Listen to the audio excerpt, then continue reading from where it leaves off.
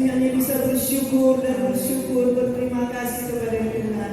Di mana pagi hari ini Engkau berikan cuaca yang terang untuk kami datang melangkahkan kaki kami untuk beribadah. Mari Roh Kudus yang menguasai setiap kehidupan kami, hati pikiran kami, ruangan dan tempat ini Tuhan kuduskan dalam nama Yesus, sehingga kami boleh memberikan persembahan pujian, penyembahan di hadapan Tuhan dengan hati yang penuh ucapan syukur. Terima kasih Tuhan, kami menyerahkan ibadah kami di pagi hari ke dalam tangan. Mari Tuhan memberkati kedatangan kami semua Tuhan, bahkan kami para pelayan-pelayan Tuhan, urapi kami dengan urapan-Mu, sehingga apa yang kami persembahkan kepada Tuhan boleh menyenangkan hati-Mu. Terima kasih Tuhan, kami bersyukur, kami menyerahkan ibadah kami di pagi hari di dalam nama Bapa dan Roh Kudus, dalam nama Tuhan Yesus. Haleluya, amin.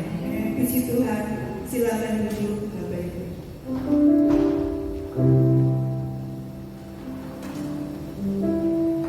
Kita bersyukur pagi hari ini kita boleh ada berkumpul bersama-sama, datang bertemu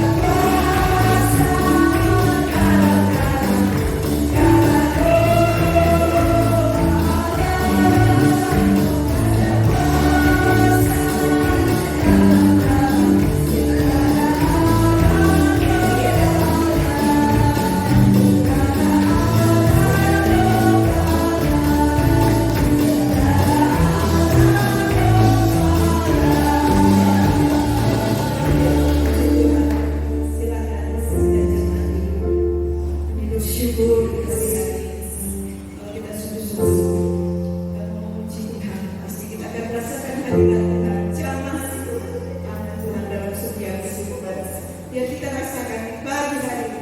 Kita berjumpa bertemu dengan Tuhan Yesus yang luar biasa. Dia akan bekerja dalam setiap kehidupan kita.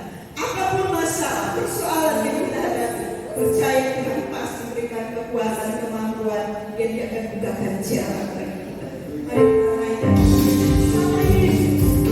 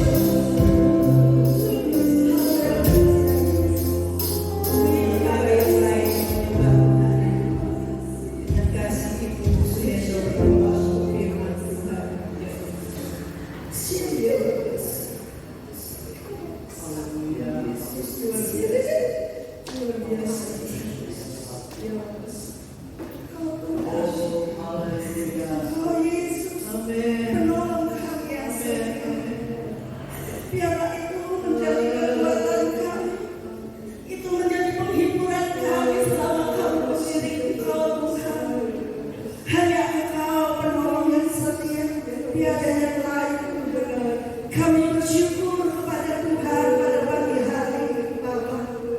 Tidak ada kata lain yang dapat kami berikan kepada Tuhan selain pujian syukur kami kepada-Mu, karena Engkau Allah yang baik, penolong yang senantiasa mengenal kehidupan kami. Engkau yang tahu setiap kehidupan kami anak-anak Tuhan. Dan saat pagi hari ini kami merindu Tuhan, Engkau memberikan kepada kami kekuatan lewat firman-Mu, karena hanya firman-Mu itu Tuhan yang mampu untuk memberikan kami kekuatan, tiada yang lain ya Bapa. Terima kasih buat kesempatan yang Tuhan kasih beri buat kami, untuk kami memuji membesarkan nama-Mu. Kami boleh bersyukur kepada Tuhan. Itu semua karena kasih karunia Tuhan buat hidup kami. Terima kasih Tuhan, saatnya kami mau duduk diam mendengar firman-Mu. Biarlah kuasai setiap hati kami Tuhan dengan Roh-Mu yang kudus, supaya kami boleh mengerti apa yang Tuhan kehendaki untuk hidup kami. Dan kami boleh menjadi pelaku firman-Mu Tuhan, bukan menjadi pendengar saja, tapi kami merindu, kami mau Tuhan Engkau kerjakan lewat Roh Kudus-Mu, untuk kami boleh menjadi pelaku firman daripada Tuhan. Terima kasih Tuhan, kuasai hamba-Mu yang sebentar akan memberitakan firman-Mu. Biarlah firman-Mu itu yang boleh mengajari kami dan menuntun kami. Di dalam berkat nama Tuhan Yesus, hamba-Mu berdoa dan mengucap syukur. Amin. Shalom, selamat pagi Bapak Ibu saudara sekalian. Kembali kita berada di rumah Tuhan. Kita mengkuduskan hari Sabat pagi hari ini. Dan pagi hari ini kebenaran Tuhan yang ingin saya sampaikan, kita melihat di depan bagaimana dengan judul keteladanan jemaat Philadelphia. Sekali lagi kita pagi hari ini belajar untuk mengikuti keteladanan jemaat Philadelphia. Perlu Bapak Ibu ketahui bagaimana di dalam Wahyu ada 7 jemaat, dan kebetulan bahwa Tuhan sangat memberi apresiasi yang baik, memberikan penghargaan yang baik kepada jemaat Tuhan di Philadelphia. Dan kebenaran firman Tuhan perlu Bapak Ibu ketahui bagaimana tentunya pada saat itu dalam penulisan di kitab Wahyu, bagaimana jemaat Philadelphia masih ada relevansinya hingga masa saat ini. Dan kita pagi hari ini kita melihat di dalam kitab Wahyu, next boleh ditampilkan. Ya, di dalam Wahyu pasal 3 ayat yang ke-7 sampai yang 13, kita melihat, dan tuliskanlah kepada malaikat jemaat di Philadelphia, inilah firman dari Yang Kudus, yang benar, yang memegang kunci Daud. Apabila ia membuka, tidak ada yang dapat menutup. Apabila ia menutup, tidak ada yang dapat membuka. Ayat 8, aku tahu segala pekerjaanmu, lihatlah, aku telah membuka pintu bagimu yang tidak dapat ditutup oleh seorang pun. Aku tahu bahwa kekuatanmu tidak seberapa, namun engkau menuruti firman-Ku dan engkau tidak menyangkal nama-Ku. Ayat 10, karena engkau menuruti firman-Ku untuk tekun menantikan Aku, maka Aku pun akan melindungi kau dari hari pencobaan yang akan datang atas seluruh dunia untuk mencobai mereka yang diam di bumi.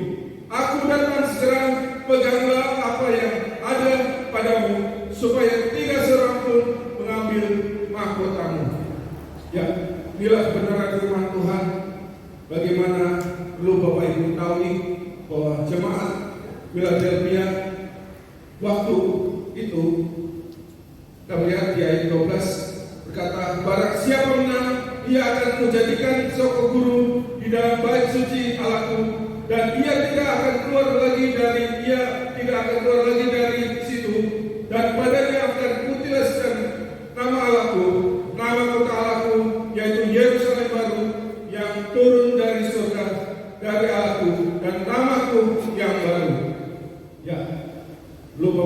ketahui bagaimana Philadelphia berasal dari kata Philos dan Adelphos.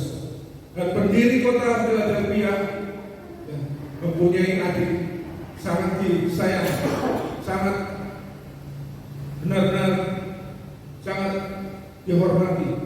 Dan tentunya kita melihat bagaimana peta dari Philadelphia terletak di negara Turki. Ya, diambil dari sebelah kanan Bapak Ibu bisa melihat kota-kota terdekat, ada Sardis, ada Pergamum, ada Efesus, sangat berdekatan. Tetapi kota tersebut Philadelphia adalah rawan terhadap gempa bumi karena beberapa pegunungan terletak ada di sekitarnya dan banyak penduduknya yang tidak betah, sehingga mereka mengungsi ke kota lain atau tinggal di kota lain. Dan sebagai orang percaya, orang Kristen mula-mula, ya, mereka tentunya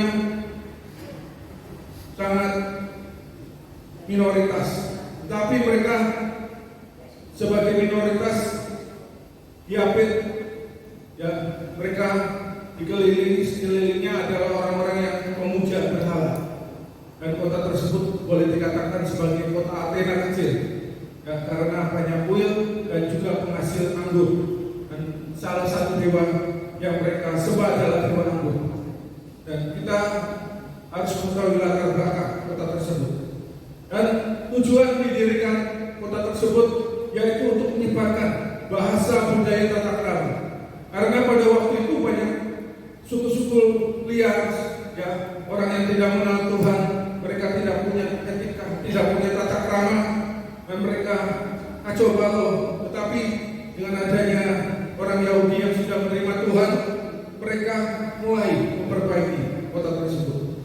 Dan kita melihat bagaimana di sini bahwa orang Kristen mula-mula yang ada di kota Philadelphia, mereka menerima pujian dari Allah karena mereka mempunyai kualitas. Kita melihat di dalam Wahyu bagaimana dikatakan, aku tahu segala pekerjaanmu, lihatlah, aku telah membuka pintu bagimu yang tidak dapat ditutup oleh seorang pun.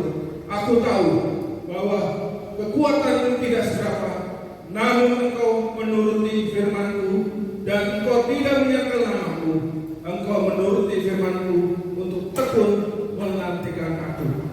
Ya, inilah kelebihan, inilah kualitas dari jemaat Philadelphia.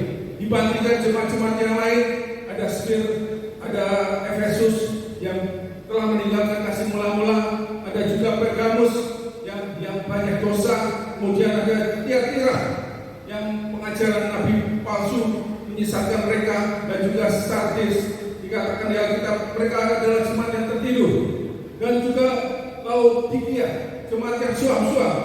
Tetapi Tuhan memuji Philadelphia ini karena kualitas yang dimiliki.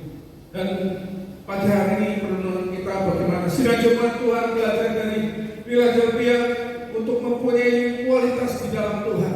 Dalam pengirahan Tuhan kita harus berkualitas. Dan saya ingin memberikan hal bagaimana ketika kita belajar untuk mengikuti keteladanan dari jemaat Philadelphia. Kita lihat sekali lagi, aku tahu bahwa kekuatanmu tidak seberapa. Bagi latar belakang jemaat Philadelphia waktu itu adalah orang yang menengah ke bawah. Mereka bukan orang terhormat, bukan punya pangkat, punya kedudukan orang kaya, tetapi mereka adalah menengah ke bawah. Tetapi Tuhan melihat bagaimana mereka tidak mempunyai kekuatan yang kuat, tidak mempunyai kekuatan yang besar, tetapi mereka memiliki kualitas. Dan kita melihat bagaimana di sini bagaimana kualitas, sekali lagi yang pertama menuruti firman-Ku. Ya, jadi jemaat Tuhan Philadelphia waktu itu taat pada firman Tuhan. Yang kedua, tidak menyangka meskipun sekelilingnya banyak orang yang di luar Tuhan memuja dewa-dewa, ya, nabi-nabi palsu atau yang di luar Tuhan, mereka tidak terpengaruh, tidak tergoyahkan, kemudian mereka teguh. Dengan kesulitan-kesukaran yang ada, mereka teguh.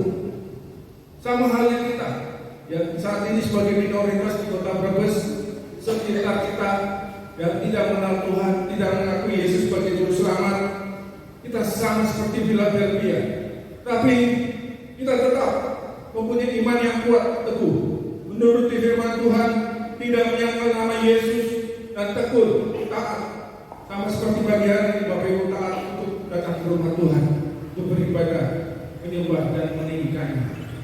Dan kita melihat bagaimana pagi hari ini ketika Bapak Ibu saat ini tidak memiliki kekuatan, ya mungkin sedang mengalami kelemahan secara jasmani, secara kesehatan, secara keuangan finansial maupun keadaan lainnya yang mungkin membuat yang terpuruk. Kita mengikuti Tuhan yang terkadang mengalami hal-hal yang negatif, mengalami proses, ya kita bisa kecewa, kita dibawa ke tempat lembaga kelaman, ya bahkan kita tidak mengerti apa yang Tuhan inginkan dalam kehidupan kita. Dan setiap kali kita mengikuti Tuhan, ya kita bisa mengalami gesekan-gesekan, ya mengalami ujian, mengalami jalan yang tidak mulus. Dan sekali lagi, ketika kita mengikuti Tuhan, ya seringkali kita mungkin sudah berkorban dengan tenaga, pikiran, waktu kita, ya dengan harta yang Tuhan percayakan. Tetapi kadang kita di bawah suatu kesukaran, kesulitan. Tapi biarlah kita belajar sama seperti jemaat Philadelphia untuk tetap kuat di dalam Tuhan, tetap teguh di dalam Tuhan. Dan kita melihat bagaimana di sini, aku tahu segala pekerjaanmu, lihatlah, aku telah membuka pintu bagimu yang tidak dapat ditutup oleh seorang pun. Ya, inilah bagaimana mata Tuhan terus mengawasi dan 24 jam selalu melihat kita semua. Dan Tuhan tahu hati yang terdalam, apa yang Bapak Ibu Saudara rasakan pagi hari ini Tuhan tahu. Dan kita melihat di sini bagaimana ada pintu. Di ayat 7 dikatakan, dan tuliskanlah kepada malaikat jemaat Philadelphia, ia membuka, ya, ada kata lihatlah, ada membuka pintu. Dalam hidup ini terkadang Tuhan sudah sediakan pintu-pintu, ya. Dalam doa kita mungkin seringkali kita menginginkan Tuhan membuka pintu, pintu kesembuhan, pintu kesehatan, pintu berkat, pintu mujizat, pintu pertolongan Tuhan. Tetapi terkadang perlu Bapak Ibu sadari bagaimana Tuhan memberikan kesempatan pintu terbuka, dan terkadang pintunya bisa tertutup. Ada masa expire, ada masa yang sudah masa habis. Dan kita sadari bagaimana kesempatan kita selama hidup ini. Tuhan masih memberikan pintu kepada kita dengan segala pergumulan yang ada dalam setiap doa yang Bapak Ibu panjatkan kepada Tuhan. Ketika dalam kesesakan, Bapak Ibu menginginkan pintu terbuka, itu pertolongannya untuk Bapak Ibu alami. Dan kita tetap pegang janjinya yang tetap akan tetap membuka lebar pintu.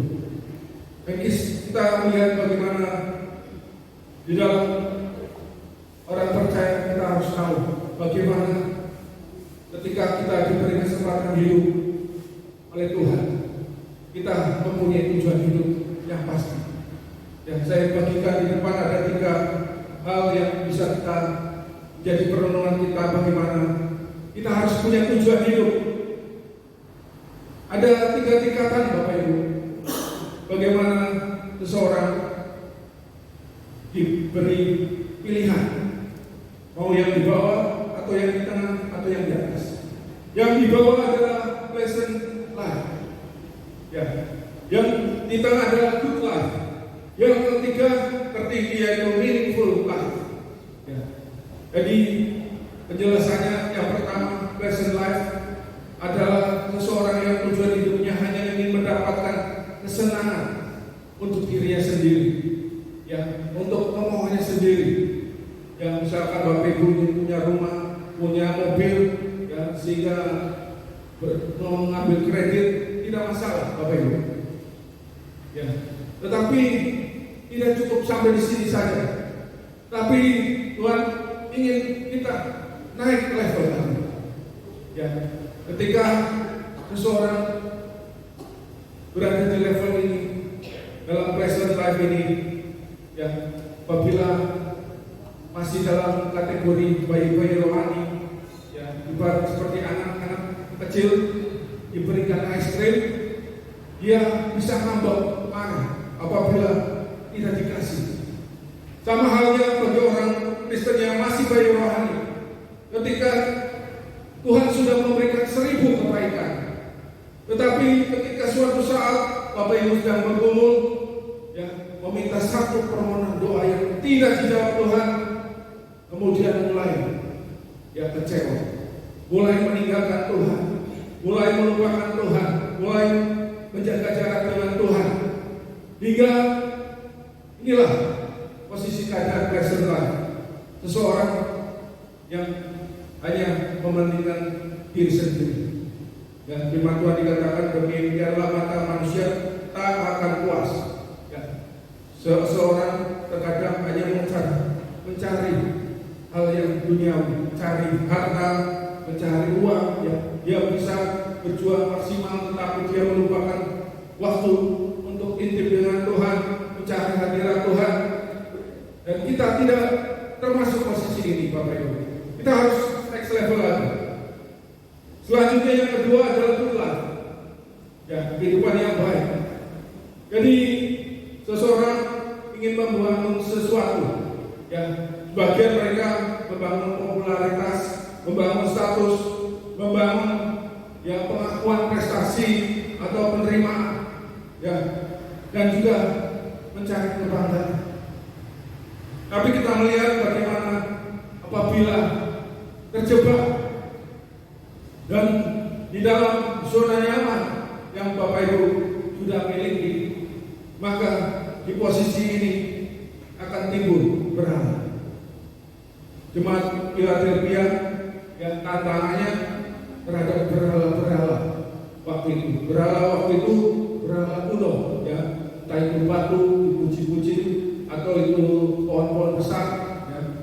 Tetapi berhala-berhala yang saat ini adalah berhala-berhala modern yang tanpa disadari Bapak Ibu bisa terjebak di dalamnya. Dan kita melihat bagaimana di dalam berhala modern, ya, apabila seseorang terjebak di dalam pencarian status, popularitas, sehingga mereka tidak fokus pada Tuhan, akhirnya Bapak Ibu tidak bisa bangkit menuju tingkatan yang tertinggi. Dan inilah kita sadari bagaimana tetaplah fokus, ya, dalam kehidupan kita. Untuk kita sadari kalau kekurangan kelemahan kita belajar untuk kita meningkatkan diri, untuk kita tidak terjebak di posisi zona yang kedua ini. Tapi biarlah kita meningkatkan level yang tertinggi. Yang terakhir yaitu meaningful life, yaitu seseorang yang hidupnya menjadi berkat bagi orang lain. Ya, sekali lagi posisi yang ketiga ini adalah banyak orang Kristen yang apabila tidak kuat dalam penderitaan, maka akan goyah imannya di dalam Tuhan. Dan kita sadari bagaimana dalam mengikuti Tuhan seringkali kita mengalami masalah, mengalami kesukaran, kesulitan yang kita hadapi. Tapi ketika Bapak Ibu di posisi yang teratas ini, dalam kesulitan pun bisa menjadi berkat bagi orang lain, bisa menjadi kesaksian bagi orang lain. Ya. Ketika menghadapi sakit penyakit, kita masih bisa tersenyum, kita masih bisa melayani Tuhan untuk Tuhan, kita bisa bekerja, ya, untuk memuliakan Tuhan. Karena Bapak Ibu tahu bagaimana ketika dalam posisi hidup untuk menjadi berkat, kita harus juga belajar dari jemaat Philadelphia. bagaimana teman Philadelphia dengan keterbatasannya tetap menjadi kuat. Ya, bagaimana di gereja awal saat itu meskipun dalam kesulitan penganiayaan yang luar biasa, tetapi jemaat Tuhan ya sampai saat ini Bapak Ibu lihat dampaknya bagaimana negara Eropa ya kita adalah yang mayoritas dari penduduk dunia, yaitu karena ya salah satunya karena yang sudah ditabur oleh jemaat Philadelphia dampaknya hingga saat ini terasa. Dan inilah bagaimana kita sadari ketika menjadi posisi di meaningful ini, kita sadari bagaimana kita harus memberikan semuanya untuk Tuhan. Potensi yang kita miliki, talenta yang kita miliki, keberadaan kita yang kita sudah dipercayakan Tuhan, dan juga kepercayaan yang Tuhan sudah berikan kepada kita, tanggung jawab, dan juga kita mungkin sebagian ada yang jadi influence, tapi kita semuanya berikan untuk Tuhan. Inilah yang Tuhan mau. Jadi sekali lagi, tetaplah menjadi berkat meskipun ketika dalam kesulitan. Ya, bagian mungkin sudah mengalami di posisi yang ketiga ini, meskipun dalam sakit penyakit kelemahan fisik, ya, meskipun sudah lansia, tetapi berusaha menjadi berkat. Ya, melayani Tuhan dengan yang bisa diberikan pada Tuhan adalah hal yang luar biasa di mata Tuhan. Dan ada suatu kesaksian bagaimana seorang bapak tua di negara Inggris yang meskipun tubuhnya bongkok, tetapi dia datangi kepada seseorang hamba Tuhan. Dia meminta untuk bisa dipercayakan melayani. Pendetanya bingung mau melayani apa. Yang sudah tua, yang memiliki keterbatasan fisik, akhirnya dia dipercayakan menjadi pendoa. Sampai ketika akhir hidupnya di rumahnya tercatat ya ribuan nama yang sudah didoakan. Inilah yang luar biasa bagaimana kita melihat ya dengan keterbatasan yang dimiliki tetapi hidupnya tetap untuk memuliakan Tuhan. Inilah yang Tuhan inginkan dalam kehidupan kita. Ya, selanjutnya sekali lagi ketika kita berada di atas ini tetaplah menjadi saksi Kristus. Ya, ada istilah BES, ya, behavior, experience, dan solution, dan yang terakhir adalah about Jesus. Yang pertama behavior atau perilaku. Ya, kita tetap melakukan kesaksian, ya, yang belum mengenal Tuhan akan melihat perilaku kita. Kita mungkin jangan menjadi batu sandungan, ya, ketika seseorang yang tidak mengenal Tuhan melihat perilaku kita, kemudian mencongol kita atau membuli kita, atau mungkin tetangga kita atau rekan kerja kita, buah kita melihat kita orang Kristen, tetapi yang sangat menguasai wajib mereka, akhirnya tidak menjadi berkat. Dan tetaplah Bapak Ibu terus menghasilkan buah hingga menjaga perilaku yang baik. Yang kedua, experience, pengalaman. Ya, dengan pengalaman yang Bapak Ibu sudah alami, maka Bapak Ibu akan jadi berkat. Ya, ketika mengalami pengalaman sesuatu yang masalah, lalu sudah ditolong oleh Tuhan, kemudian menyaksikan kebaikan Tuhan kepada orang lain, dan inilah bagaimana kita harus lakukan dengan pengalaman mungkin, ya, dengan ketika berada dalam kehidupan. Dan ketika kita melewati masalah tersebut, kita bisa bebas dan menjadi berkat bagi orang lain juga melalui kesaksian yang bisa kita berikan kepada orang lain tersebut. Dan sekali lagi, yang ketiga yaitu solusi. Dan solusi yang kita berikan bisa akan Bapak Ibu menjadi penengah. Ya, apabila seseorang menghadapi masalah rumah tangga, ya, mungkin Bapak Ibu bisa menjadi penasihat yang baik, sehingga dengan pengalaman yang sudah dimiliki akan memberikan solusi jalan keluar yang baik. Inilah hal yang menjadi kesaksian yang kita tetap lakukan sebagai orang Kristen dewasa ini. Dan yang terakhir, tetap menceritakan tentang Yesus. Ya. tentunya memang tidak bisa langsung. Ya mungkin sebagian mungkin ada yang bisa langsung ya untuk mewartakan Injil keselamatan, tetapi bagian orang mungkin belum berani. Ya. Tetapi banyak cara Bapak Ibu ya. Lalu medsos kita bisa menyiarkannya, tapi masih dalam hal yang bijak atau hal dalam batasan-batasan tertentu. Tapi bagi kita tetap memberitakan Injil, memberitakan Yesus adalah Tuhan satu-satunya yang dipercaya, satu-satunya juru selamat dalam hidup yang manusia harus menerimanya.